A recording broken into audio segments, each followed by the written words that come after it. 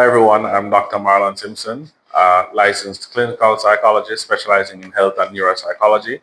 I treat a range of persons from those who are very young, pediatric, all the way up to senior citizens. I've been in the field for about 17 years now. All right, Doc. So today we're going to be talking about mental health. And nowadays we realize that people don't take mental health very serious. And it's very important for us to take care of our mental health. So the first question I want you to answer for me, Doc, is what is mental health? All right, so mental health speaks to the state of being or state of mind of an individual. Um, so we have good and bad mental health. So good mental health means that overall you have good psychological well-being, you're functioning. Doesn't mean that you don't have stress, but you're managing through every situation. Bad mental health or mental health or mental illness is where you are not functioning, having impairments in schoolwork, home, socially, or even at work. Okay. All right. So my next question is going to be what is depression? Because we would tend to associate depression with mental health. Right. So depression is not just sadness, which often people think. It is not just feeling down or blue. It's a combination of different things, including um, some persons have physical pain. There's change in appetite, changes in socialization. You don't want to go out anymore. You have lost interest in certain things. There's weight gain or weight loss. There are also symptoms of anxiety as well.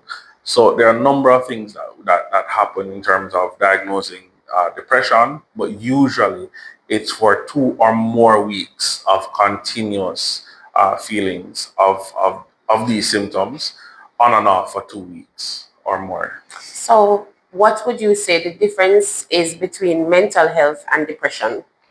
All right, so there's really isn't that any difference. Mental health or mental illness specifically um, is a broad category of mental health challenges that persons may experience, depression being one of them. There are multiple subtypes of depression as well that persons can have. All right. So what are some of the causes of a breakdown in mental health? So usually a breakdown in mental health comes about because of perhaps family stress or environmental stressors, persons who are burnt out. It could also be hereditary. So if a mother, father, aunt, uncle, cousin, older sibling has a mental illness, then this individual can also be predisposed to any of the 150 odd mental illnesses that are diagnosable. Okay. And so basically then how would we start to take care of our mental health that we don't have a breakdown? All right. So if it is that, well, anyway you take it, whether the person has hereditary traits or they have major stressors, it's about taking better care of your health. So not only physical exercise or, going about and making sure that you're physically healthy, it's also taking regular breaks, it's going out, it's spending time by yourself, coming out of stressful situations and trying to decrease the amount of challenges that you experience on a daily basis if possible. All right. So basically about 3% of Jamaicans suffer from depression. So what are the measures that are being taken to educate the population on mental health? So a lot of us or most of us are psychologists and persons in the medical field. We have regular conversations. We do what we call psychoeducation. So we try to educate persons on what depression is, how it presents, how to treat it, how to get out of some of the feelings, but also to go and seek professional assistance in helping to manage the symptoms of depression. All right. So, Doc, me and you know that Jamaicans, once you say you're going to go and talk to a psychologist, they automatically think that you're mad or you're going crazy. So, how is it now that we go about telling a person, listen, you have to seek some kind of counseling or you have to go for some kind of counseling to get yourself out of that depression? So Usually, one of the things that works is by experience or by referral. So, if you have a male who needs to go and seek professional help or see a psychologist, having another male friend who says, "Hey, I went to therapy. I went to this particular person, and the person was really helpful. Maybe this person can help you too to help solve or to manage some of the challenges that you're experiencing."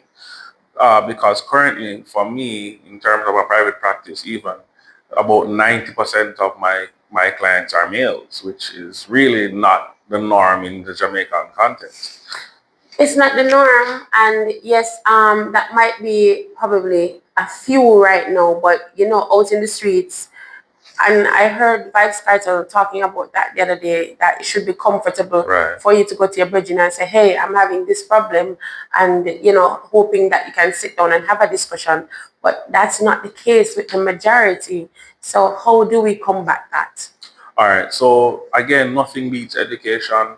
Um, it's about changing the mindset as well. It's doing your own research. What does a psychologist do? Who does a psychologist treat? And you realize that we don't just treat persons with mental illnesses. We work with everybody who's having different challenges and just need some support. So maybe you think you have depression, but having coming for a conversation, you realize it's just some symptoms. Right. Right. So it's about taking that leap or continuing to encourage. But when we pester and say, you need to go and see, it automatically causes resistance. It's, hey, let us go. Can we try to see if this person can help us? So, in terms of couples, in terms of siblings, family members, it's about saying it's a cooperative endeavor. Okay.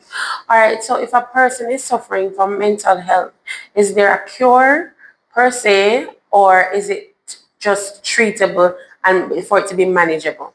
Usually, it's most, if not all, are treatable. It's very difficult to cure all of the mental illnesses.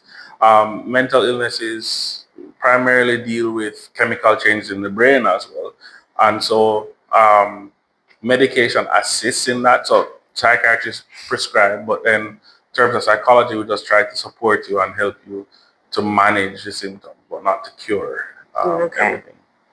All right. So doc, a person, or well, might be a friend or a child that is around us, and we see them act a certain way, and in our head we say, oh, you're acting crazy.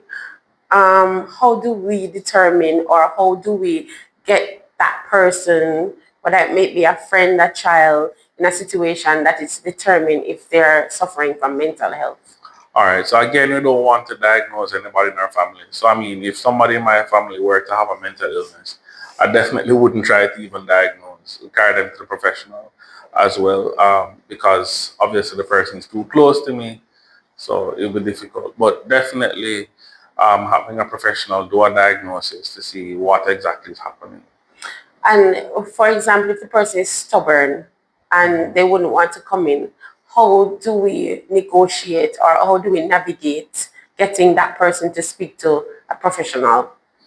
You What are do. some of the ways? Can you give us some directives as how to go about that? It depends on how or what's happening with the person. So if the person is being boisterous or loud or aggressive, which probably suggests a psychotic episode, then you can call the mental health teams to come in and sedate the patient or person and then allow them to calm down. Then they can transport them to the necessary or the nearest hospital. Now, in terms of if the person is not boisterous, it's just sitting down with the individual, finding out what's happening, where did this start, how are you managing, and then slowly work into that conversation the need to go and seek somebody professionally who can help to deal with some of the situations that they're experiencing. All right, so when you said call a mental health team, are you referring to the Bellevue Hospital, and how do we get in touch with that team? All right. So the Bellevue Hospital, once you call the main line, they will be able to direct you to patient services who will dispatch the unit as soon as one is available.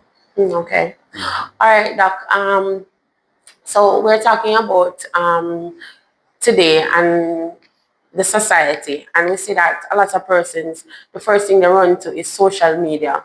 how do we manage mental health and social media, because sometimes we tend to think that going on social media is going to help whatever issues or challenges we're having. So how do we balance that so we don't get too caught up in the social media frenzy? All right. Persons who have mental illnesses or experience a mental breakdown are still human beings like everybody else. And so we have to treat them like human beings. So social media is an excellent place of getting information, but it can also be a damaging place because we're very quick to take pictures, videos of persons who may be having mental health challenges. But think about it. What if that were somebody who was very close to a sister, a cousin, a brother, you have to think along those lines. But also, everybody is or has a right to privacy, and so allowing them to find that sense of privacy and all of that would be good. What we can do is say, well, here do a session where we're saying, hey, I know some persons who are having mental health issues. What are some of the things that we can do? We can garner information through social media that way. Okay, you can try here, you can try this place, and you get a lot of information that way. And how do you think we can go ahead and get that conversation started that, hey, it's okay to speak to a psychologist, it's okay to seek some kind of counseling? So one of the things that's important as well is letting the person know that you may not be able to manage or help in the way that this person needs. And so you be pretty upfront and straightforward in saying, this is a little bit more than I can manage, but I'm sure that um, just like going to a doctor, we just need to carry you to the hospital to get you the best kind of help and support that you need to deal with what's happening. So it's really, again, coming down to finding out or understanding the person's temperament, slowly introducing the topic and not making it seem as though it's a death sentence or it's going to be out there in the public. It's a very Right. private thing. I want to go before things get any worse. All right. So, Doc, do you think the ministry can do more to educate people on mental health, dealing with mental health, saying it's okay for you to get counseling, seek help? I think having the ministry do that, Ministry of Health doing that would be good. But we also have to understand that maybe there are aspects of the Ministry of Health that may have some reservations about talking or dealing with mental health issues. So we have to be very, very, very careful in terms of not shying away from talking to the ministry and saying, look, this is a real concern.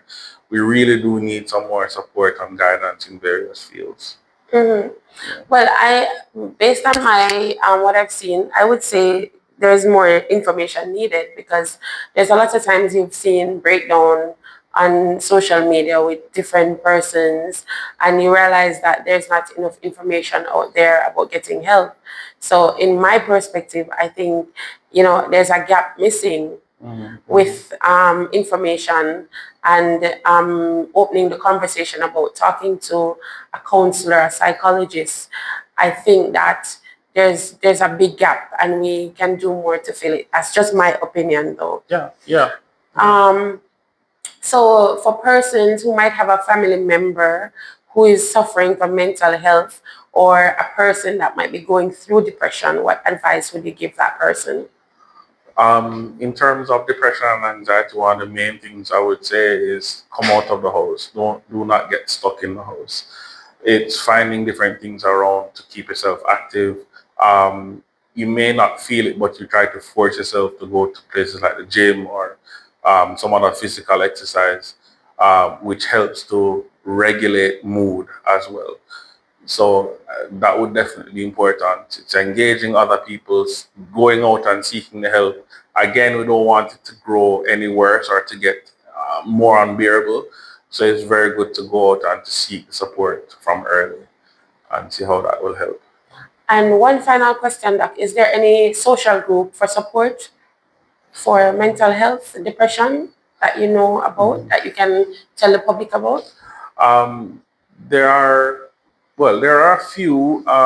There is Jam Psych.